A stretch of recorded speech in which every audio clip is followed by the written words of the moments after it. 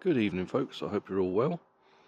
So, Great Britain has another world heavyweight champion, I'm sure you all know, Daniel Dubois was recently upgraded to full IBF Heavyweight champion after Oleksandr Usyk vacated the title. I mean, he was going to get stripped sooner or later anyway. This has been on the cards even before the Fury fight back in May.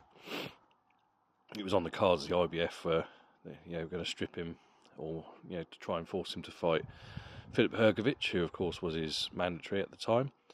Hrgovic has since lost his interim title to Dubois in that fantastic fight last month, or earlier this month, I believe, whenever it was anyway. Yeah, we're still in June. It was this month, a few weeks ago, and now by default the title's vacant, and Daniel Dubois has been upgraded as full champion. It was also obviously announced, as I'm sure you all know. You have to excuse me, the hay fever's been pretty bad today, so do excuse me for sounding all bunged up and awful. And on September the 21st, Wembley Stadium, Daniel Dubois will make the maiden defence of his IBF title against Anthony Joshua in a huge fight for Britain, a huge fight for the heavyweight division. I'm very intrigued by this. Some people are shitting on it and aren't happy about it.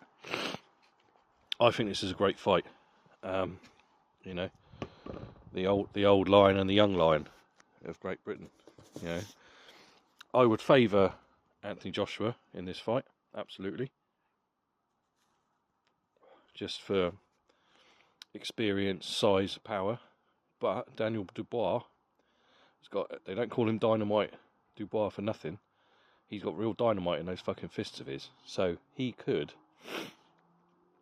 potentially knock Anthony Joshua out. He's got the power and the ability to do it.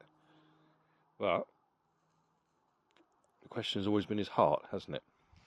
Against Joe Joyce, obviously got his eye socket damaged, and he quit in inverted commas, and he basically gave up in some people's eyes against Oleksandr Usyk last year. So we'll see. But if I was a betting man, I'd put money on Anthony Joshua to win that one within already 8 rounds. But Daniel Dubois has got a brilliant chance, and no matter what happens, if he gets wiped out by AJ or whatever and he loses the title, he will go down in the history books as being a world heavyweight champion. So, although technically he already has been, because he had the WBA regular title, which not a lot of people give a fuck about, because obviously Usyk was the super champion at the time. So no one really gave that much of a shit. But technically he was a world champion because the WBA regular title is listed as a world title, so on BoxRec and things like that. So technically he's already had one. But now, without a doubt, there isn't that little shadow of, the regular title doesn't mean anything. It's the full IBF title, he has it. So even if he loses, he's had it before. He'll be in the Ken Norton club. Remember Ken Norton? He was the WBC heavyweight champion in the late 70s when Leon Spinks beat Muhammad Ali, and then signed for the immediate rematch with Ali, and the WBC stripped him and gave the title to Kenny Norton. Kenny Norton lost it straight away to Evander Holyfield. So unfortunately, although he was a world champion, he never won a title fight. This could technically happen to Daniel Dubois. But do you know what? I'm really looking forward to this one. They've also announced the undercard. Now, a lot of people have been very, very, very disappointed with this undercard. The only thing I'm disappointed about is they were kind of floating out a few weeks ago that they were going to have the Fraser-Clarke-Fabio Wardley rematch on that undercard. Well, that wasn't announced, so it doesn't look like that's happening. And there was talk of Jai Opetaia appearing and possibly Chris Eubank Jr. Well, those names haven't been mentioned.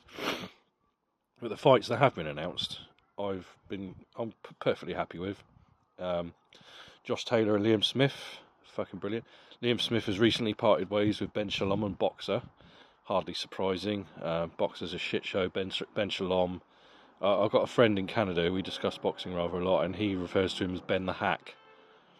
And he can't bear him, and he thinks he's an idiot. I think he's an idiot. A lot of people think he's an idiot. I would imagine my theory as to why, because they mentioned the Wardley-Clarke rematch a few weeks ago, and that's not been mentioned at all. I would imagine Ben Shalom is probably to blame for that, because he's done this before. He's sort of stitched up his own people before, so that wouldn't surprise me. But you've got Anthony Kakachi making his first defence of the IBF Super Featherweight title against Josh Warrington. Whether or not I believe Warrington necessarily deserves a shot at it, I don't know. I'm not the biggest Warrington fan, but hey, it should be quite entertaining. What else we got? Joshua Boatsi against Willie Hutchinson. That'll be a fucking good fight. Tyler Denny against Hamza Shiraz. Now that's going to be a good one. And Mark Chamberlain against Josh Padley. So, some fucking good fights there. I'm quite happy with that card. I mean, just for the main event alone, I'm quite happy to watch it. Fucking brilliant. So it's a great time to be a boxing fan. And going back to the Joshua thing, I was saying, that he would probably be the favourite to beat Dubois. We're all going on the recent AJ hype at the moment since he knocked out Ngannou.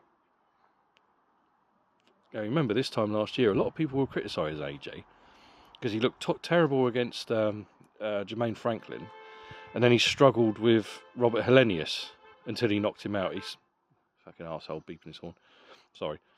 He knocked him spark out, and that's what everyone remembers. But if you actually go back and watch the fight, he was struggling. He was struggling in that one. Bearing in mind, Helenius only had a week's notice, or less than a week's notice. Excuse me. And then obviously he walked all over Otto Wallin, forced him to quit, and good old. I said it at the time, good win for AJ, and then he sparked out Ngannou. But you've got to remember, Ngannou's a novice, so how much is that going to be really in preparation from a young, hungry power puncher like Dubois? It may not be all it appears to be, but we'll see. I mean, obviously logic would tell you that Anthony Joshua will win this one, but like I say, we'll have to see on the night. I'm fucking looking forward to it. And speaking of the heavyweight division, I'm sure you've all seen it. Tyson Fury's recent outburst claiming he thinks he won the fight against Usyk back in May. Clearly, that's my dog being annoying. Rusty, come out.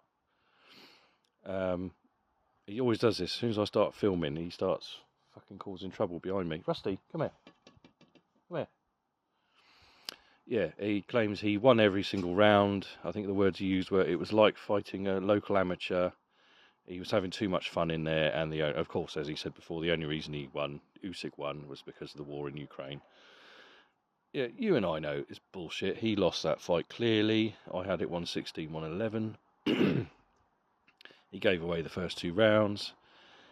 He won the next 4, no problem, on my scorecard, and then he lost everything else, and then got battered around the ring in the ninth, as we saw. He bounced around the ring like a fucking pinball. So we totally know he's full of shit. And every time, Tyson Fury is a fucking fraud and a con man. He always has been. He always will be. There are still pockets of Tyson Fury fanboys out there crying themselves to sleep every night because they can't handle the fact that their man lost to a superior operator on the night. And they wank themselves fucking raw in their mum's fucking cellar, because they can't handle the fact that Tyson Fury is a fucking scumbag. He's a liar. And he sabotaged his own fucking career. Now, he pissed me off for the last few years, especially telling everybody he's the greatest of all time. He's the greatest heavyweight of all time. Well, we know his fucking resume doesn't even match up to Lennox Lewis's, even fucking Mike Tyson's, and his championship run. Even fucking Joe Louis, Jack Johnson, all of these legends, and Tyson Fury is nowhere near him. With his resume. And the frustrating fucking thing about it is, guys, he could have been. He could have been. If he'd have fought the best and fought regularly, no bullshit, no politics, no lying and hoodwinking and bamboozling the fucking public, he could have been the fucking best. And that's what I find most frustrating about Tyson Fury. He could have been the fucking best. He could have beaten so many people, fought them all in their prime. I still think he would have beaten Anthony Joshua years ago. I think if they fought now, I would give the edge to Joshua, but I don't think that fight will ever happen. I'm doubtful the rematch with Usyk will actually happen. Because we know he fucked about and messed Usyk around for years, for the best part of 2 years, and basically, and pulled out of fights, whether legitimately or not, and messed about and caused problems and bitched and moaned. And if it does happen, it certainly won't happen this year. I'll guarantee you that rematch will not happen this year. It'll happen next year. If it does happen, it'll happen next year or the year after. And by which point, Usyk will be pissed off and will probably fucking retire before then. All the belts will go vacant, and he'll win something. You know, try and pick up a vacant belt and then scream and cry that he's the greatest of all time, as usual. So, anyway, that's all I've got to say about that. It's going to be a cracking fight, Daniel Dubois against Anthony Joshua. Take care, folks, and I'll speak to you soon.